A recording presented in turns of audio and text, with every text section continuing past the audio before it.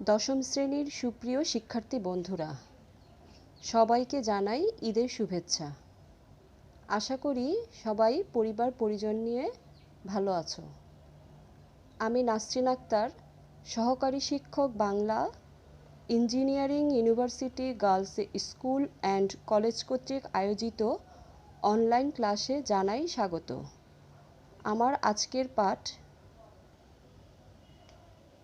শ্রেণী দশম, বিষয় বাংলা প্রথম পত্র, গদ্য, পাঠ শিরোনাম আম আটির ভেপু, সৃজনশীল প্রশ্ন। শিক্ষার্থী বন্ধুরা, গত ক্লাসে আমরা উপেক্ষিত শক্তির উদ্বোধন প্রবন্ধটি পড়েছি। প্রবন্ধটি থেকে তোমাদের জন্য সৃজনশীল প্রশ্ন বাড়ির কাজ ছিল। আশা করি সবাই বাড়ির কাজ করেছ। শিক্ষার্থী বন্ধুরা, আল্লাহর রহমতে একদিন আমাদের পরিবেশ সুস্থ এবং স্বাভাবিক হবে, বিদ্যালয় খুলবে এবং বিদ্যালয়ের শ্রেণী কার্যক্রম শুরু হবে। তোমরা এই অনলাইন ক্লাসগুলো অনুসরণ করতে থাকো এবং তোমাদের জন্য যে বাড়ির কাজ দেওয়া হচ্ছে সেই বাড়ির কাজগুলো তোমরা করে ফেলো। শিক্ষার্থীরা, আজ আমরা শুরু করতে যাচ্ছি আম আটির ভেপু গল্পটি।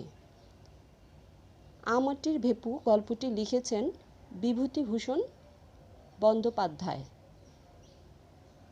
শিক্ষার্থী বন্ধুরা, তোমরা নবম শ্রেণীতে এই গল্পটি পড়ে এসেছো। তোমাদের সৃজনশীল প্রশ্নের উত্তর অনুশীলনের জন্য এই গল্পটি আজ পুনরালোচনা করব।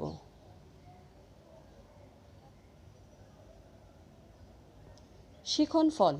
এই পাঠ শেষে শিক্ষার্থীরা যা জানতে পারবে, বিভূতিভূষণ বন্দ্যোপাধ্যায় সম্পর্কে জানতে পারবে, গ্রামীণ জীবন ও পল্লী প্রকৃতির রূপবৈচিত্র্য সম্পর্কে ধারণা লাভ করবে, প্রকৃতি ও মানুষের নিবিড় সম্পর্কের স্বরূপ অনুধাবন করতে পারবে, ভাই বোনের মধুর সম্পর্কের পরিচয় জানতে পারবে।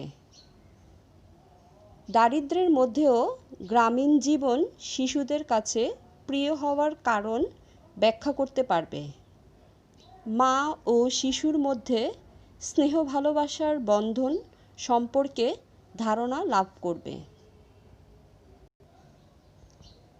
শিক্ষার্থীরা, আমরা আগেই জেনেছি আম আটির ভেপু গল্পটি লিখেছেন বিভূতিভূষণ বন্দ্যোপাধ্যায়। চলো আমরা তার পরিচিতি জেনে নেই। জন্ম 1894 সালে 24 পরগনার মুরারিপুর গ্রামে জন্মগ্রহণ করেন। পারিবারিক পরিচয়: তার পিতার নাম মহানন্দ বন্দ্যোপাধ্যায় এবং মাতার নাম মৃণালিনী দেবী। শিক্ষা: স্থানীয় বনগ্রাম স্কুল থেকে 1914 সালে ম্যাট্রিক এবং কলকাতা রিপন কলেজ থেকে আইএ ও বিএ ডিগ্রি লাভ করেন। পেশা: কর্মজীবনে তিনি হুগলি, কলকাতা ও ব্যারাকপুরের বিভিন্ন স্কুলে শিক্ষকতা করেন। সাহিত্যিক পরিচয়: শরৎচন্দ্রের পরে বিভূতিভূষণ বন্দ্যোপাধ্যায় বাংলা কথাসাহিত্যের সবচেয়ে জনপ্রিয় শিল্পী। প্রাকৃতিক সৌন্দর্য ও গ্রাম বাংলার সাধারণ মানুষের জীবনযাপনের এক আলেখ্য নির্মাণ করে তিনি অমর হয়ে আছেন। তার রচিত উল্লেখযোগ্য রচনা: উপন্যাস পথের পাঁচালী, অপরাজিত, আরণ্যক, ইছামতী, দৃষ্টিপ্রদীপ। গল্পগ্রন্থ: মেঘমল্লার মৌরিফুল, যাত্রাবদল। এছাড়াও তার রচিত ভ্রমণ দিনলিপি, তৃণাঙ্কুর, স্মৃতির রেখা, কিশোর উপন্যাস চাঁদের পাহাড়, মিসমিদের কবচ, হীরামানিক জলে। পুরস্কার: ইছামতি উপন্যাসের জন্য তিনি রবীন্দ্র পুরস্কারে ভূষিত হন। মৃত্যু: 1950 সালে বিভূতিভূষণ বন্দ্যোপাধ্যায় মৃত্যুবরণ করেন। শিক্ষার্থী বন্ধুরা, আম আঁটির ভেঁপু গল্পটির উৎস ও পরিচিতি। আম আঁটির ভেঁপু গল্পটি বিভূতিভূষণ বন্দ্যোপাধ্যায়ের পথের পাঁচালী উপন্যাস থেকে সংগ্রহ করা হয়েছে। এ গল্পে লেখক গ্রামীণ পরিবেশে বেড়ে ওঠা প্রকৃতি ঘনিষ্ঠ দুই ভাই বোনের আনন্দিত জীবনের আখ্যান রচনা করেছেন। চরিত্র পরিচিতি: অপু এ গল্পের একটি গুরুত্বপূর্ণ চরিত্র। সে কিছুটা আত্মভোলা ও ভীরু প্রকৃতির। বড় বোন দুর্গার স্নেহ এবং প্রকৃতি ঘনিষ্ঠতা তার শৈশবকে আনন্দমুখর করে তুলেছে। আত্মভোলা অপু একাকী আপন মনে খেলতে ভালোবাসে। দুর্গা ও মায়ের আদেশ নিষেধ বাধ্য ছেলের মতো মেনে চলে সে। দুর্গা আম আঁটির ভেঁপু গল্পের অন্যতম প্রধান চরিত্র। সে গ্রামের দুরন্ত এক কিশোরী। গ্রামের প্রকৃতির সাথে তার রয়েছে ঘনিষ্ঠ সম্পর্ক। সারাদিন ছুটে বেড়ায় সে। ছোট ভাই অপুর প্রতিও সে স্নেহপরায়ণ। তার সাথেই সে ভাগাভাগি করে নেয় তার ভালো লাগাগুলো। এ গল্পে দুর্গা চরিত্রের মধ্যে দিয়ে প্রকৃতি ঘনিষ্ঠ আনন্দময় কৈশোরের স্বরূপ উন্মোচিত হয়েছে। সর্বজয়া আলোচ্য গল্পে সর্বজয়া অপু ও দুর্গার মা। সন্তানদের প্রতি তার রয়েছে প্রবল মমতা। অভাবের সংসারে দারিদ্র্যের সাথে সংগ্রাম করে ছেলে মেয়েদের মুখে হাসি ফোটাতে চায় সে। তবে দারিদ্র্যের কশাঘাত থেকে মুক্ত হওয়ার আকুলতাও সর্বজয়ার মাঝে পরিলক্ষিত হয়। এ গল্পে সর্বজয়া আদর্শ পল্লীমায়ের প্রতিকৃতি। হরিহর অপু ও দুর্গার বাবা হচ্ছে হরিহর। গ্রামে অন্নদা রায় নামের সম্ভ্রান্ত এক ব্যক্তির বাড়িতে গোমস্তার কাজ করে সে। 10 ঘরার একজন সম্পদশালী লোক তার কাছে মন্ত্র নেওয়ার বিনিময়ে সহায় সম্পদ দেওয়ার প্রস্তাব করলেও সাথে সাথে রাজি হয় না সে। এর মধ্য দিয়ে তার চরিত্রের আত্মমর্যাদা বোধ ও বিচার বুদ্ধি প্রয়োগের দৃষ্টান্ত ফুটে উঠেছে। আমাদের পরবর্তী চরিত্রটি হচ্ছে মন্ত্রপ্রার্থী লোক। এই গল্পে হরিহরের কাছে লোকটি এসেছিল মন্ত্র নেওয়ার আর্জি জানাতে। সে প্রভাবশালী এবং অবস্থাসম্পন্ন। মন্ত্র নেওয়ার জন্য হরিহরকে থাকার জায়গা এবং চাষের জমি দেওয়ার প্রস্তাবের মধ্য দিয়ে তার প্রতিপত্তি এবং ধর্মবোধের পরিচয় মেলে। অন্যান্য চরিত্র: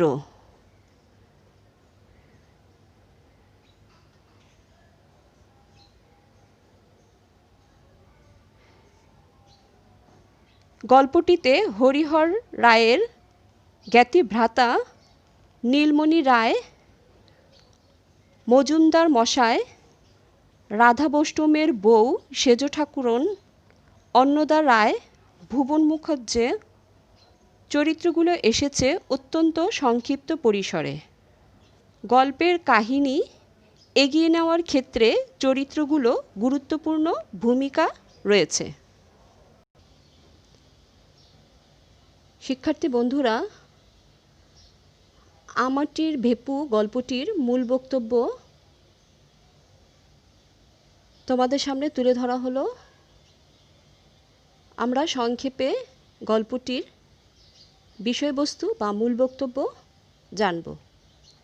অপু ও দুর্গা হতদরিদ্র পরিবারের দুই শিশু। তাদের বাবা হরিহর পৌরোহিত্য করে কোনো রকমে টেনে টুনে সংসার চালান। মা সর্বজয়া সারাদিন সংসারের কাজ করেন। তিনি বাঙালি পল্লী জননীর প্রতিনিধি। অপু ও দুর্গা দুজনেই দুরন্ত। দুই ভাই বোনের মধ্যে মধুর সম্পর্ক। এদের শৈশবের আনন্দ মানুষের চিরায়ত শৈশবের আনন্দের প্রতীক। তারা প্রকৃতির নানা বস্তুর সাথে মিলে মিশে হাসি আনন্দে মেতে থাকে। গ্রামের ঝোপঝাড়ে ছোটাছুটি করে ফল ফলাদি খায়। ভাগ নিয়ে খুনসুটি করে। ফলে দারিদ্র্যের কষ্ট যন্ত্রণা তাদেরকে ঘিরে ধরতে পারেনি। অর্থাৎ সংসারের সংসারের দারিদ্র্যের কষ্ট তাদের জীবনে প্রধান বিষয় হয়ে ওঠেনি।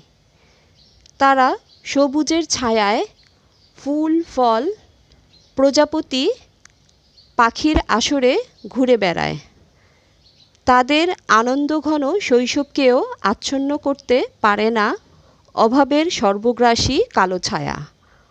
বরং গ্রামীণ ফলফলাদি আহারের আনন্দ এবং বিচিত্র বিষয় নিয়ে তাদের বিস্ময় ও কৌতূহল গল্পটিকে শাশ্বত মানুষের চিরায়ত শৈশবকেই স্মরণ করিয়ে দেয়। লেখক গল্পটিতে দেখিয়েছেন অপু দুর্গার বাধাহীন গ্রামীণ জীবনের উচ্ছ্বাস আম-আঁটি ভেপু বাজিয়ে আনন্দ উপভোগের মতোই অকৃত্রিম। আম-আঁটির ভেপুর মধ্যে কোনো কৃত্রিমতা নেই। সরল সাধারণ এই বাঁশি থেকে যে আনন্দধ্বনি উদ্গত হয়, অপু দুর্গার জীবনও তেমনি। শিক্ষার্থীরা, তোমাদের জন্য আমাটির ভেপু গল্পটি থেকে কিছু গুরুত্বপূর্ণ উক্তি তুলে ধরা হয়েছে। এই উক্তিগুলি তোমাদের অনুধাবন প্রশ্নের জন্য খুবই গুরুত্বপূর্ণ। অর্থাৎ এই উক্তিগুলো থেকে অনুধাবন প্রশ্ন আসতে পারে। উক্তিগুলো হচ্ছে, সেটিও একপাশে পিজোরাপুলের আসামির ন্যায় পড়িয়া আছে। পরবর্তী উক্তিটি হচ্ছে, তুই তো একটা হাবা ছেলে। হরিহরের বাড়িটাও অনেক দিন হইয়া গেল মেরামত হয় নাই। গতর ব্যথা হয়ে গেল, একটুখানি কুটো গাছটা ভেঙে দুখান করা নেই। আজকাল চাষাদের ঘরে লক্ষ্মী বাঁধা, ভদ্রলোকেরই হয়ে পড়েছে হা ভাত জো ভাত। হরিহর সুর নামাইয়া বলিল, বলো না কাউকে, সদ্গোপ। তক্ষুনি কি রাজি হতে আছে? সর্বশেষ উক্তিটি হচ্ছে, ভাববে ঠাকুরের হাঁড়ি দেখছি শিকয়ে উঠেছে। শিক্ষার্থীরা, গল্পে উক্তিগুলো কে এবং কেন বলেছে আমরা সংক্ষেপে একটু আলোচনা করব। অপু, প্রথম উক্তিটি হচ্ছে, অপুর ছোটবেলায় খেলার জিনিসগুলো রাখার একটি বাক্স ছিল। সেখানে স্থান পেয়েছিল একটি কাঠের ঘোড়া। শৈশবের বৈশিষ্ট্য এমন, একটি খেলনা খুব বেশিক্ষণ মনোরঞ্জন করতে পারে না। অবহেলায় সেটি একপাশে পড়েছিল। কাঠের ঘোড়ার এই পড়ে থাকাকে লেখক খাঁচায় পড়ে থাকা অবহেলিত আসামির সঙ্গে তুলনা করে বলেছেন যে সেটিও একপাশে পিজোরাপোলের আসামির ন্যায় পড়িয়া আছে।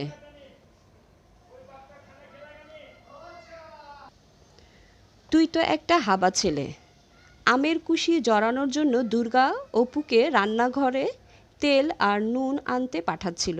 দুর্গা জানতো মায়ের কাছে ধরা পড়ে গেলে মার খেতে হবে, তাই সে অপুকে সাবধান করে দিল যাতে রান্নাঘরে যেন তেল না পড়ে।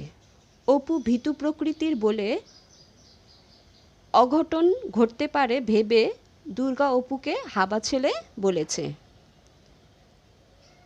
হরিহরের বাড়িটাও অনেক দিন হইয়া গেল মেরামত হয়নি। এই উক্তিটিতে হরিহরের বাড়িটি তার দারিদ্রতার দিকটি স্পষ্ট করে তুলেছে। টাকা পয়সার অভাবে তার বাড়িটা দীর্ঘদিন ধরে মেরামত করা হয়নি। বাড়ির সামনের দিকের রোয়াক ভাঙা, ফাটলে বনবিছুটি ও কালো মেঘ গাছের বন গজিয়েছে। ঘরের দরজা জানালার কপাট সব ভাঙা, নারিকেলের দড়ি দিয়ে গড়াদের সঙ্গে বাঁধা আছে। এক কথায় হরিহরের বাড়িটি বেশ জীর্ণ ও ভাঙাচোরা ছিল। গতর ব্যথা হয়ে গেল, একটুখানি কুটো গাছটা ভেঙে দুখান করা নেই।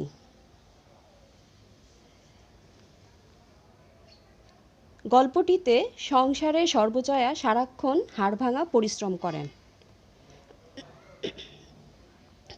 তার প্রত্যাশা দুর্গা তাকে সংসারের কাজে সাহায্য করবে, কিন্তু দুর্গা তা করে না।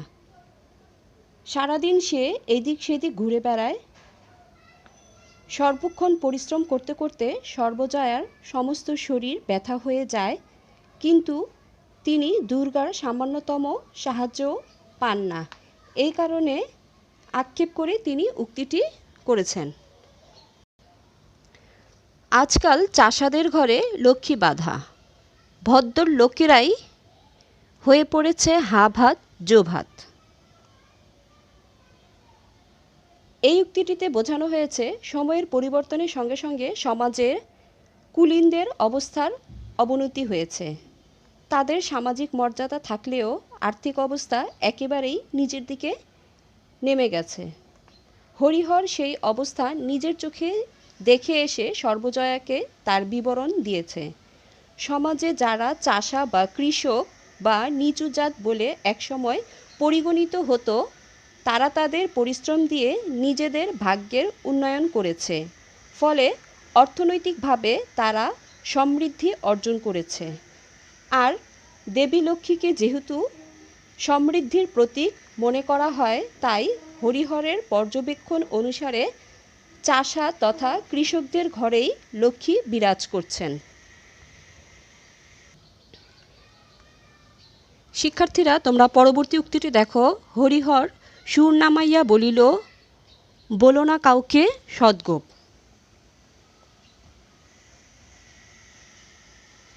তৎকালীন সমাজে সদ্গোপ সম্প্রদায়কে নিচু জাত হিসেবে বিবেচনা করা হতো। হরিহরের পূর্বপুরুষ দীক্ষা মন্ত্র দেওয়ার দায়িত্ব পালন করত, কিন্তু তখন মন্ত্র দেওয়া হতো সমাজে অবস্থা ও জাত বিবেচনা করে। কিন্তু কুলীন ব্রাহ্মণদের এই অবস্থা, সে অবস্থা আর নেই। তাই মন্ত্র দেওয়ার জন্য জাত বিবেচনার বিষয়টি এখন আর মান্য করা হয় না। অভাব ছিল হরিহরের নিত্যসঙ্গী, তাই সে সদ্গোপ সম্প্রদায় থেকে মন্ত্র নেওয়ার আমন্ত্রণকে অগ্রাহ্য করতে পারেনি। সর্বজয়াকে সে কথাই বলছিল সে, কিন্তু বিষয়টি জানাজানি হলে সমাজে কথা উঠতে পারে, তাই হরিহর সর্বজয়াকে বিষয়টি গোপন রাখতে বলেছে।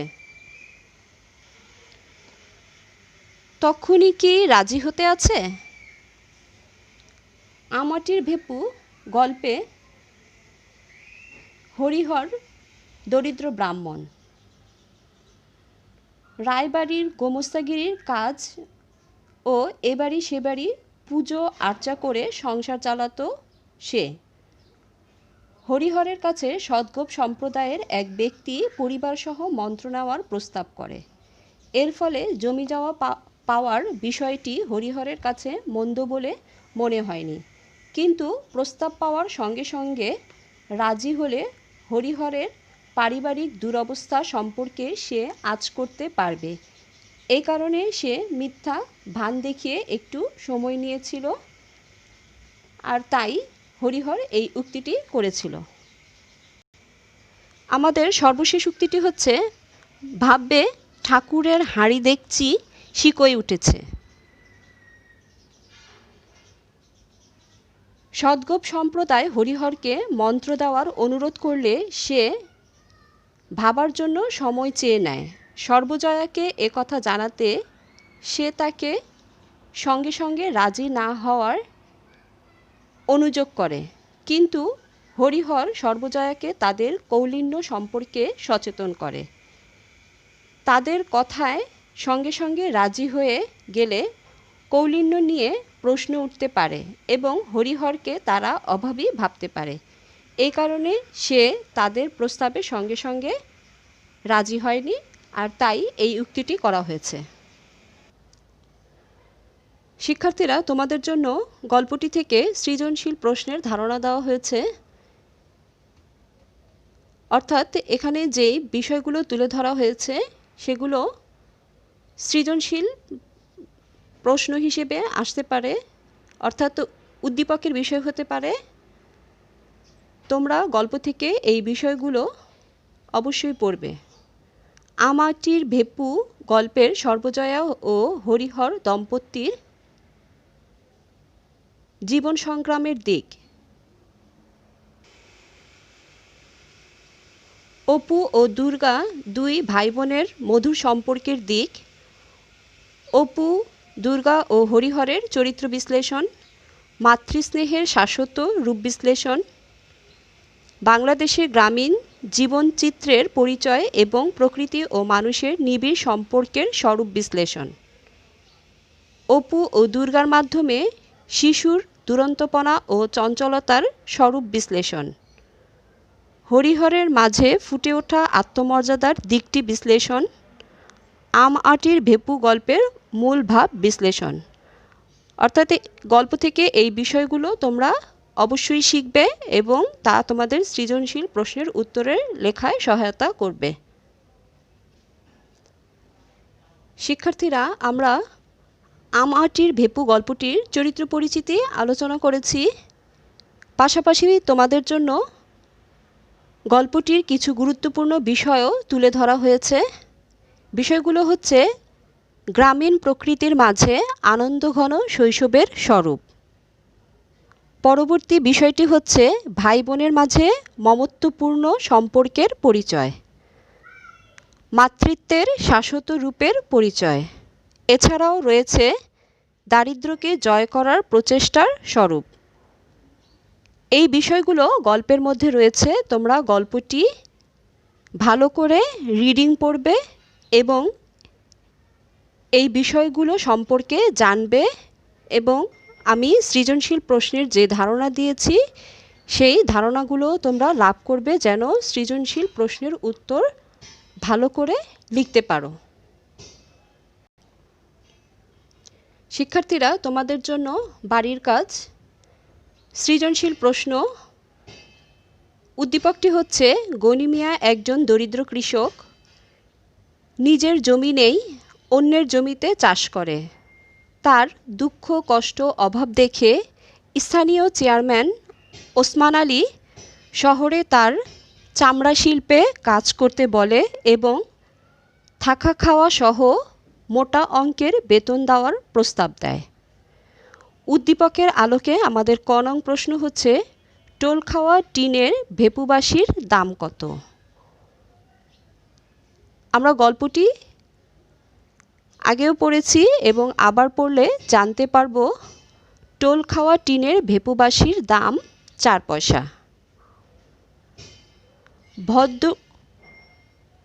খনং প্রশ্ন হচ্ছে ভদ্র লোকেরাই হয়ে পড়েছে হা ভাত জো ভাত, ব্যাখ্যা করো।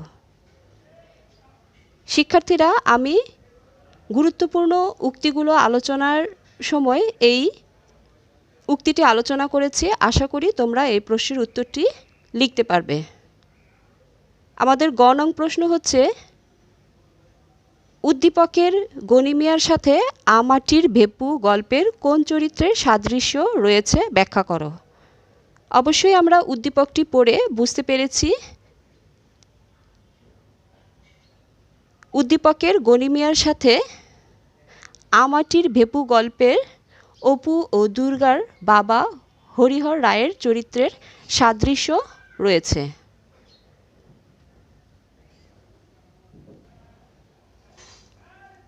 আমাটির ভেপু গল্পে হরিহর দরিদ্র ব্রাহ্মণ, গ্রামে অন্নদা রায় নামের সম্ভ্রান্ত এক ব্যক্তির বাড়িতে সে গোমস্তাগিরির কাজ করে। এছাড়াও এবাড়ি সেবাড়ি পুজো আর্চা করে সংসার চালায়। হরিহরের কাছে সদ্গোপ সম্প্রদায়ের একজন সম্পদশালী লোক পরিবারসহ মন্ত্র নেওয়ার প্রস্তাব দেয় এবং বিনিময়ে তাকে সহায় সম্পদ দেওয়ার প্রস্তাব করে।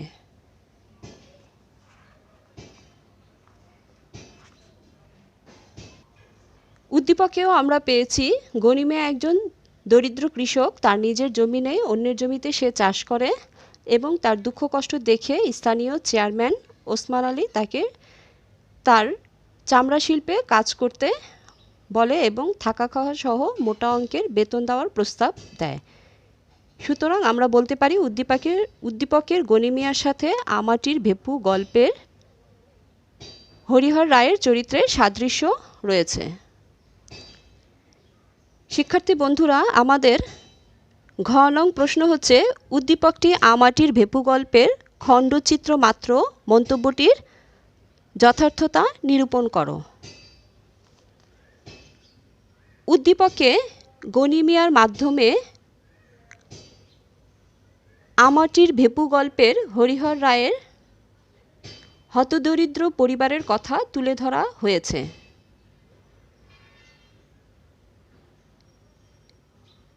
আর এই কারণেই বলা যায় আমাটির ভেপু গল্পের বিষয়বস্তু একটি খণ্ডচিত্র, উদ্দীপকের আলোকে একটি খণ্ডচিত্র মাত্র। উদ্দীপকে আমরা পেয়েছি গনিমিয়া একজন গরিব কৃষক, তার নিজের জমি নেই, সে অন্যের জমিতে চাষ করে এবং তার দুঃখ কষ্ট অভাব দেখে স্থানীয় চেয়ারম্যান তাকে চামড়া শিল্পে কাজ করতে বলে এবং থাকা খাওয়া সহ মোটা অঙ্কের বেতন দেওয়ার প্রস্তাব দেয়। অর্থাৎ আমাটি ভেপু গল্পের একটিমাত্র দিকই এই উদ্দীপকে তুলে ধরা হয়েছে, কিন্তু আমাটি ভেপু গল্পটির বিষয়বস্তু আরও বিস্তৃত। সেখানে রয়েছে গ্রামীণ জীবনে প্রকৃতি ঘনিষ্ঠ দুই ভাই বোনের আনন্দিত জীবনের আখ্যান, অর্থাৎ অপু ও দুর্গার শৈশবের চঞ্চলতা যেমন লক্ষ্য করা যায়, তেমনি লক্ষ্য করা যায় সর্বজয়ার মাঝে গ্রামীণ চিরায়ত মাতৃরূপ। দরিদ্র পরিবারের মানুষের আত্মসম্মান বোধ ও ব্যক্তিত্বে পরিচয় রয়েছে গল্পটির মধ্যে। তাই বলা যায় উদ্দীপকটি আমাটির ভেপু গল্পের খণ্ডচিত্র মাত্র, অর্থাৎ আমরা বলতে পারি মন্তব্যটি যথার্থ। শিক্ষার্থীরা, তোমরা এই অনলাইন ক্লাসগুলো অনুসরণ করে একটি রুটিন করো এবং রুটিন অনুসারে বাসায় লেখাপড়া করো এবং অবশ্যই আমাদের এই বাড়ির কাজগুলো সম্পন্ন করো যেন বিদ্যালয়ের শ্রেণী কার্যক্রম শুরু হলে তোমরা এই বাড়ির কাজগুলো দেখাতে পারো। আমাদের এই অনলাইন ক্লাসগুলো তোমরা অনুসরণ করে লেখাপড়া করলে কিছুটা হলেও তোমরা উপকৃত হবে সেই আশা আমরা রাখছি। সবাই ভালো থেকো, পরবর্তী ক্লাসে আবার কথা হবে। আল্লাহ হাফেজ।